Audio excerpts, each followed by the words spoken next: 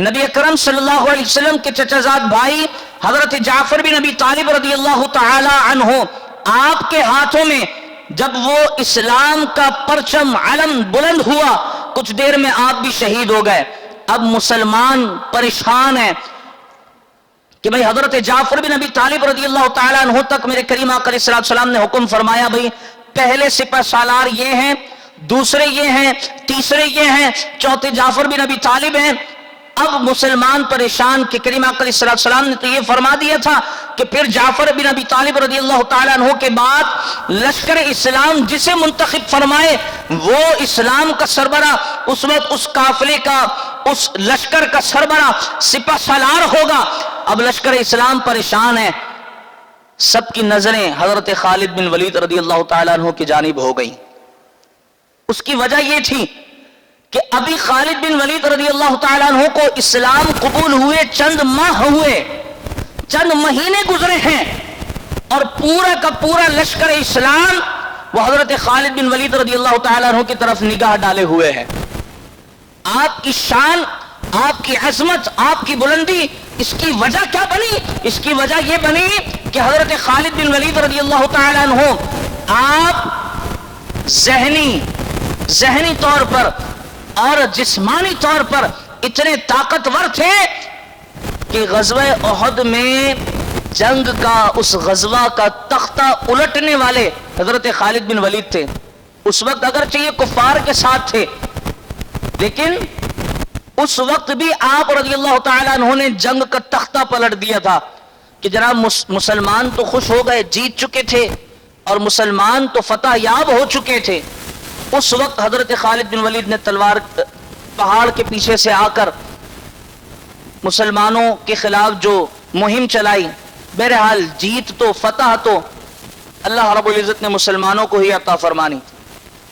پھر سارے لشکر کی نظریں حضرت خالد بن ولید رضی اللہ تعالیٰ عنہ کی جانب، اور جہاں پر لشکر اسلام کے سپہ سالار ایک کے بعد ایک اللہ رب العزت کی بارگاہ میں شہادت کا نذرانہ پیش کر رہے تھے، اپنی جانوں کا نذرانہ، وہاں جب حضرت خالد بن ولید رضی اللہ تعالیٰ عنہ سپہ سالار بنے ہیں تو پھر لشکر کفار کی حیثیت یہ تھی کہ جس طرح کوئی گاجر اور مولی کاٹتا ہے، حضرت خالد بن ولید رضی اللہ تعالی عنہ بالکل اسی انداز میں لشکر کفار کی گردنوں کو کاٹتے جا رہے تھے۔ اور جنگ موتا میں فتح اور جیت کا پرچم حضرت خالد بن ولید رضی اللہ تعالی عنہ کے دست انور پر آیا کہ جناب یہ جنگ کہ کسی لشکر کے سربراہوں، ان سربراہوں سے کہا جائے کہ آپ جہاد کے لیے قدم کیوں نہیں بڑھاتے، آپ جہاد کے لیے اپنے قدم کو آگے کیوں نہیں کرتے، تو وہ کہتے ہیں کہ اگر ہم نے جہاد کیا فلسطین کے لیے، اگر ہم نے جہاد کیا کشمیر کے لیے تو یہ مسلمانوں کے ساتھ ظلم ہوگا۔ خدا کا واسطہ ہے، ایسے سربراہ، ایسے حکمران جو جہاد کی اس انداز میں نفی کرتے ہیں، پھر ان کی نفی پر ہم لوگ جو ان کو آگے لے کر کے آتے ہیں، ان کی نفی کا گناہ یہ ہر اس ایک کے ذمہ ہے، ہر اس ایک کے کندھوں پر ہے کہ جو ایسے حکمرانوں کو آگے لے کر کے آتا ہے۔ ابھی آپ سب کو پتا ہے بھئی کشمیر میں سال بھر سے زیادہ 2-4 سال تو ہو گئے ہوں گے کہ وہاں پر مسلمانوں کو یوں مارا جا رہا ہے کہ جیسے جناب مسلمانوں کی کوئی حیثیت ہی نہیں ہے، مسلمانوں کا خون یوں بہایا جا رہا ہے کہ مسلمانوں کی کوئی حیثیت نہیں۔ فلسطین میں مسلمانوں کو یوں مارا جا رہا ہے کہ جیسے وہاں پر مسلمانوں کی کوئی حیثیت نہیں۔ آج ملک اسرائیل کے رہنے والے، ملک اسرائیل کے فوجی مسلمانوں پر جو ظلم اور زیادتی کر رہے ہیں وہ کسی سے ڈھکی چھپی نہیں ہے، کسی سے پوشیدہ نہیں ہے۔ ہر ایک ویڈیو، اب میڈیا کا دور ہے نا، ہمارا تو دجالی میڈیا جو نیوز چینلز ہیں ان کو تو اتنی توفیق نہیں ہے کہ وہ مسلمانوں کی کوئی خیر خبر دنیا کو بتائیں کہ بھئی مسلمان مر رہے ہیں۔ یہ حقوق انسانیت کا پرچار کرنے والے کہ جناب ہیومینٹیز، انسانیت، انسانیت، انسانیت، یہ انسانیت کا پرچار کرنے والوں، یہ دجالی میڈیا کی وجہ سے آج یہ ساری باتیں چھپی ہوئی ہیں کہ جناب فلسطین کے مسلمانوں کا کیا حال ہے، کشمیر کے مسلمانوں کا کیا حال ہے۔ جب جس کا دل کرتا ہے وہ شام پر بمباری کر دیتا ہے، جب جس کا دل کرتا ہے وہ ایران پر بمباری کر دیتا ہے، جب جس کا دل کرتا ہے چیچنیا ہو، بوسنیا ہو یا فلسطین ہو یا اور کوئی اسلامی ملک ہو، وہ جناب اٹھ کر بمباری کر دیتے ہیں۔ تو آج حضرت خالد بن ولید رضی اللہ تعالیٰ عنہ کے یوم عرس کے موقع پر ہم حضرت خالد بن ولید رضی اللہ تعالیٰ عنہ کی بارگاہ میں عرض کرتے ہیں کہ اے سپہ سالار اسلام، جو شجاعت، جو بہادری اللہ کے رسول صلی اللہ علیہ وسلم نے آپ کو عنایت فرمائی ہے، ہم آج آپ کی بارگاہ ہمیں التجا کرتے ہیں کہ ہمیں بھی اس کی خیرات عطا کیجئے، تاکہ ہم بھی ببانگ دہل یہ بات کہنے والے تو ہو جائیں کہ جناب جہاد مسلمانوں پر فرض کفایہ ہے، جہاد مسلمانوں پر فرض کیا گیا ہے کہ جب عالم اسلام اس طرح رو رہا ہو اور بلک رہا ہو تو مسلمانوں پر فرض ہے کہ وہ اسلام کی سربلندی کے لیے جہاد کرے۔ سورہ انفال میں واضح طور پر اللہ رب العزت نے فرمایا کہ اے ایمان والو، تمہاری تعداد اگر 20 ہو، 20 تمہاری تعداد اگر 20 ہو تو تم 200 کافروں کے مقابلے میں بھاری ہو۔ اے ایمان والو، تمہاری تعداد اگر 100 ہو تو تم 1000 کافروں کے مقابلے میں بھاری ہو۔ یہ سورہ انفال میں اللہ رب العزت نے واضح پیغام دیا ہے کہ ایمان والو تمہارا مقام بڑا ہے، تم مضبوط لوگ ہو۔ لیکن عجیب و غریب بات یہ ہے کہ آج ایمان والوں کی حالت یہ ہے کہ ایمان والے یہ سمجھتے ہیں اگر ہم مر گئے تو ہمارے بیوی بچوں کا سہارا کون بنے گا، اگر ہم مر گئے تو پھر جو ہم نے مال و دولت، شان و شوکت جمع کر رکھا ہے اس کا کیا بنے گا۔ ایمان والوں کی حالت یہ ہے کہ کہتے ہیں کہ بھائی کافروں کے پاس تو بڑا ساز و سامان ہے، کافروں کے پاس تو اسلحہ بہت زیادہ ہے، کافروں کے پاس تو ایٹم بم بہت زیادہ ہے، کافروں کی معیشت تو بہت بلند و بالا ہے۔ آج کا مسلمان یہ ہے، اور اس وقت کا مسلمان یہ تھا کہ جناب 3000 کا لشکر ہو اور سامنے کافروں کا 1,00,000 کا لشکر ہو، اس وقت بھی مسلمان یہ کہتے تھے شہادت ہے مطلوب و مقصود مومن، نہ مال غنیمت نہ کشور گشائی۔ یہ صحابہ نے بتا دیا کہ مومن کی طلب اور مومن کا مقصد صرف ایک ہی ہے، وہ ہے شہادت، وہ شہادت ہے۔ حضرت ابو ایوب انصاری رضی اللہ تعالیٰ عنہ جس مقام پر شہید کیے گئے، آج ان کے مزار اقدس پر فلسطین، وہاں پر ملک اسرائیل کے گنڈے قابض ہیں۔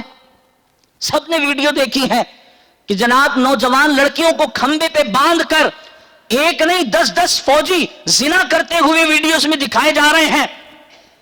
مسلمانوں کی لڑکیوں کو کاٹ کر کے ان کے کباب بنا کر کے کھانے والے یہ لوگ، اور پھر آج کسی مسلمان سے کہا جائے کہ جناب جہاد کی بات کی جائے، جہاد کے لیے راغب کیا جائے دنیا والوں کو، تو پھر ہمارے حکمران یہ کہتے ہیں کہ اگر ہم نے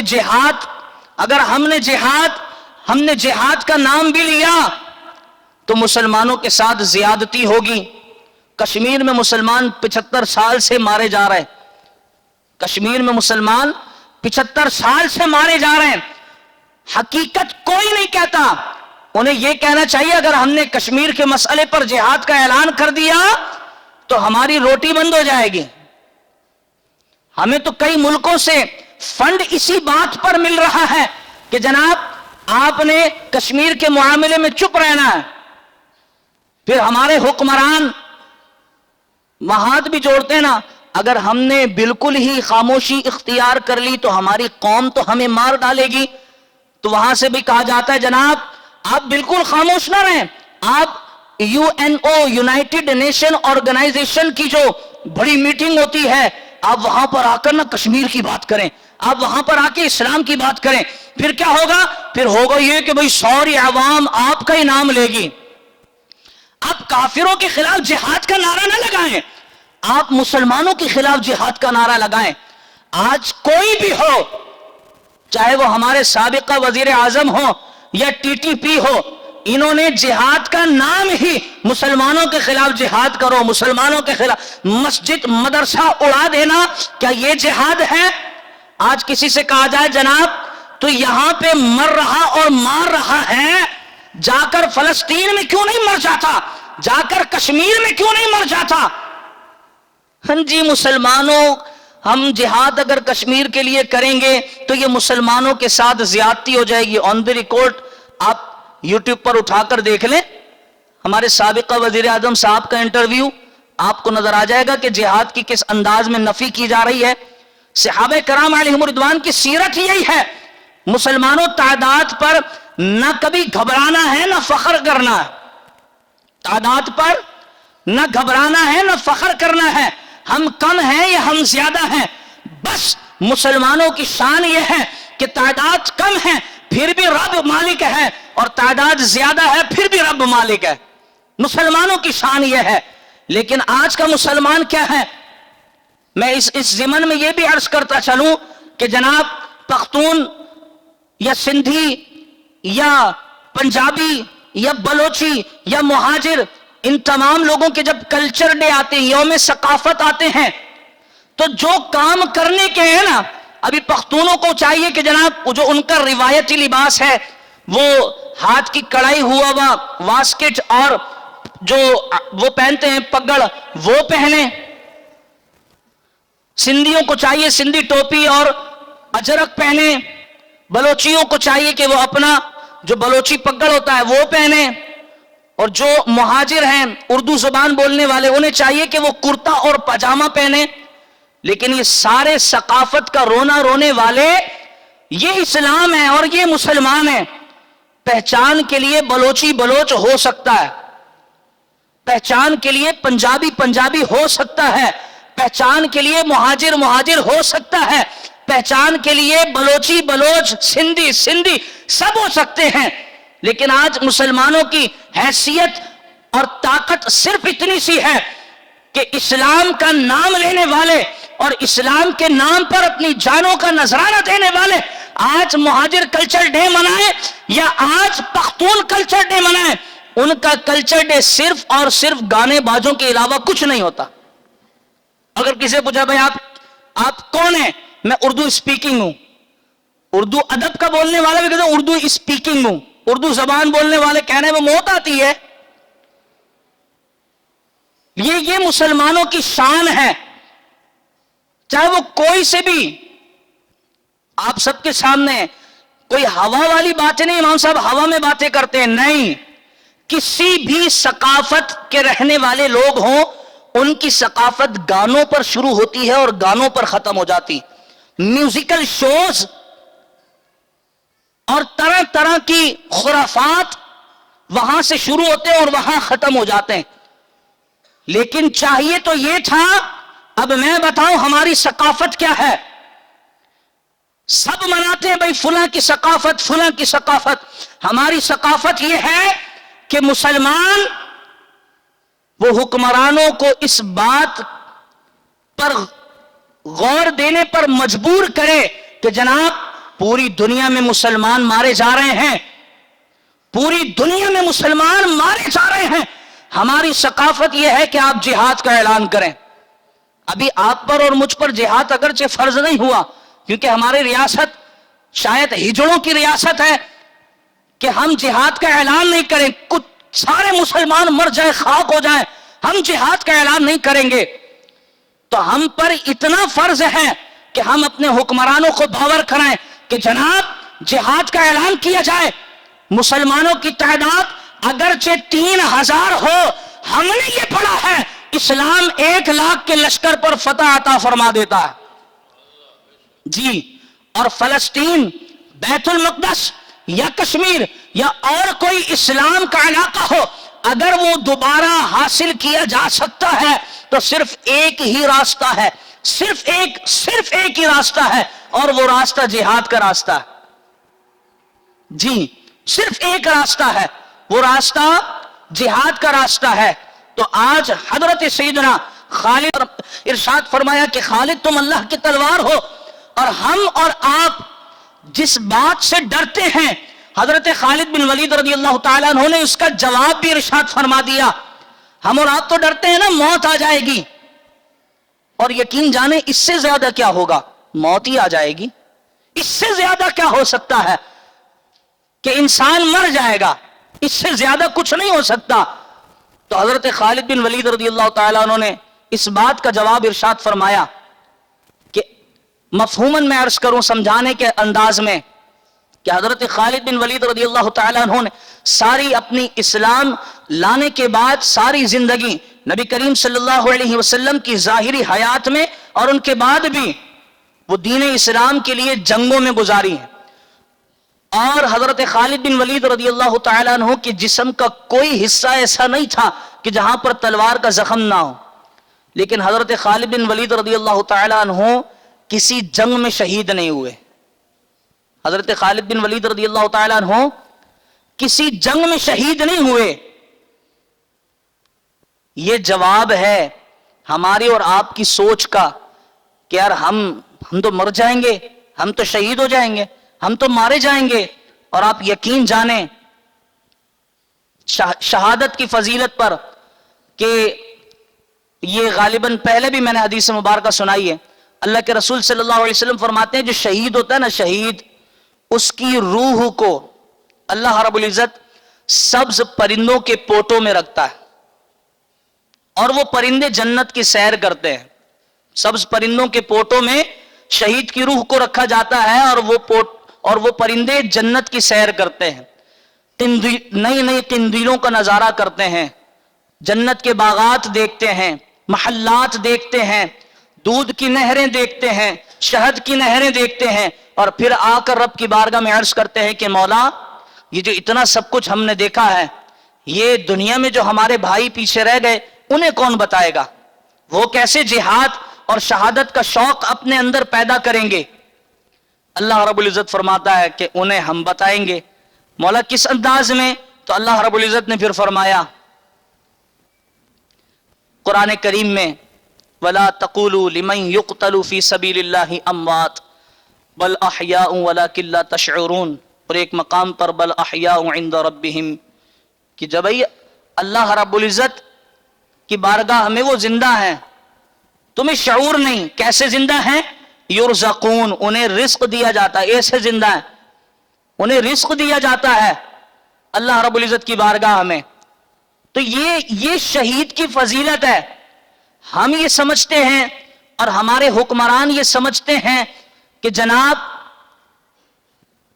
ہم مر جائیں گے، جو دولت جمع کی ہے اس کا کیا ہوگا، ہمارے بچوں کا کیا ہوگا، ہماری بیوی کا کیا ہوگا، ہمارے فلاں کا کیا ہوگا، ماں کا کیا ہوگا، باپ کا کیا ہوگا، ہمارے اڑوسی پڑوسی کا کیا ہوگا، جیسے ساری دنیا پالنی ہم نے.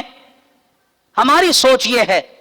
لیکن یہ واضح طور پر بالکل صاف سیدھی ستھری بات ہے کہ اگر مسلمانوں کے دل میں یہ خواہش ہے، مسلمانوں کے دل میں، دل کے کسی کونے میں بھی یہ خواہش ہے کہ جناب مسلمانوں کی بیٹیوں کو کاٹ کر ان کے کباب بنا کر کھائے جا رہے ہیں، مسلمانوں کی بیٹیاں دیواروں پر یہ لکھتی ہوئی مر رہی ہیں کہ دوبارہ عمر نے نہیں آنا، کشمیر کی لڑکیاں دیواروں پر یہ لکھ کر مر گئیں کہ دوبارہ محمد بن قاسم نے نہیں آنا.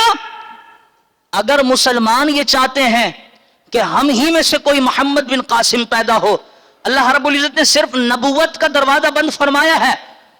جی جناب، اللہ رب العزت نے صرف اور صرف نبوت کا دروازہ بند فرمایا ہے، اور نبوت کی وجہ سے صحابیت کا دروازہ بھی بند ہو گیا. لیکن سلطان صلاح الدین ایوبی کی بہادری شجاعت کی خیرات لینے والا آج بھی پیدا ہو سکتا ہے، سلطان محمد بن قاسم کی بہادری کی خیرات لینے والا آج بھی پیدا ہو سکتا ہے، شہاب الدین غوری کی بہادری کی خیرات لینے والا، سلطان محمود غزنوی کی بہادری شجاعت کی خیرات لینے والا آج بھی پیدا ہو سکتا ہے۔ بس بات اتنی سی ہے کہ مسلمان اپنے دل میں یہ ارادہ تو کرے کہ یار اپنے دل میں اس دکھ کا احساس تو کریں کہ یار مسلمان مر رہے ہیں، ساری دنیا میں مسلمانوں کو کاٹا جا رہا ہے، اور مسلمان رات کو سکون سے سوتا ہے اور سکون سے اٹھ جاتا ہے، اور پھر کہا جائے آپ کہاں جا رہے ہیں، آج کی بات کرے گا۔ ہمارے اسمبلیوں میں اسپیکر ایسے ہوں کہ جو یہ کہہ دیں کہ آپ مذہب کی بات نہ کریں، کہاں نہ کریں، وہ ملک جو مذہب کے نام پر بنا ہے، وہ ملک جو حضور علیہ الصلوۃ والسلام کی نالین کا صدقہ ہے، آپ اس مذہب کی بات نہ کریں اسمبلی میں۔ جس ملک کے اسپیکر ایسے ہوں، جس ملک کے وزراء ایسے ہوں جو مورتیوں کی پوجا کرتے ہوں، ہم ان سے جہاد کی امید رکھ سکتے ہیں؟ اور افسوس کی بات یہ ہے کہ ہم اپنے آپ سے بھی جہاد کی امید نہیں رکھتے، اور اگر کوئی جہاد کی بات، بس ضرورت اس عمل کی ہے کہ آپ یہاں غور کریں، یہاں آج تک ہم صرف زبانوں کے نام پر، صرف قوموں کے نام پر آپس نہیں لڑے ہیں۔ اگر نہیں لڑے تو کافروں سے نہیں لڑے، وہ بڑے لڑے تھے ہمارے جن کے نام کا آج بھی ہم کھا رہے ہیں، اور وہ لڑ کر انہوں نے ایک پاکستان ہمیں دیا تھا۔ اس پاکستان کے لیے بس یہ میری آخری بات ہے، مزید بات نہیں کر سکتے اس پر۔ کہتے ہیں کہ گمان یہ تھا، اور ہو سکتا ہے شیر کے بعد ہو سکتا ہے کمیٹی کے بس منہ میں نہیں آیا، باندھ دیا ہے بھائی یہ امام صاحب نے کیا بات کر دی، بھائی جو بھی کر دی، کہ گمان یہ تھا جب ملک بن رہا تھا نا آپ کا، تو گمان یہ تھا کہ ہر طرف مسلمان ہی مسلمان ہوگا، یہی تو گمان تھا نا۔ ڈاکٹر اقبال ہوں یا مولانا محمد علی جوہر ہوں یا مولانا شوکت علی ہوں یا مولانا عبدالحمید بدایونی ہوں یا مولانا ظفر علی نعمانی ہوں یا اور کوئی قائد اعظم محمد علی جناح، لیاقت علی خان کے نام پر تو ہم آج تک کھا رہے ہیں جی۔ گمان تو یہی تھا نا، گمان یہ تھا کہ مسلمان ہی مسلمان ہوگا، لیکن نہیں تھا معلوم سندھی، بلوچی، مہاجر اور پٹھان۔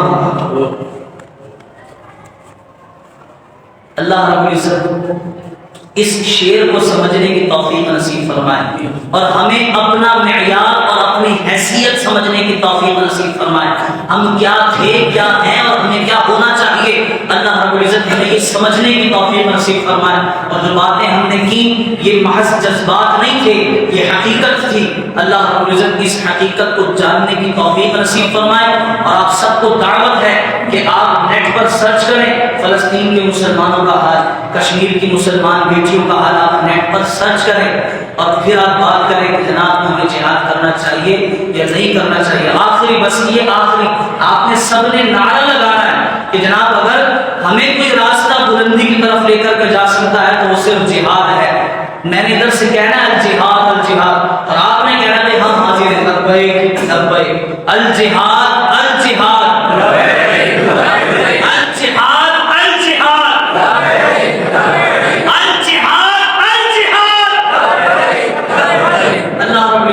ہمارا جہاد کے لیے حاضر ہونا، چاہے وہ آج زبان سے ہی ہے، قبول فرمائے انشاءاللہ۔ اگر اللہ رب العزت نے توفیق دی تو میں اپنی ذمہ داری کو ضرور لیتا ہوں کہ فوج بھی شاید پیچھے ہو، آپ کے امام صاحب سب سے آگے ہوں گے انشاءاللہ۔ اللہ رب العزت ہماری بات کو قبول فرمائے، ہماری توفیق سے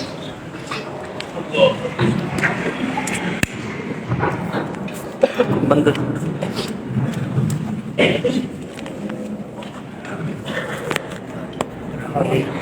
بیٹھ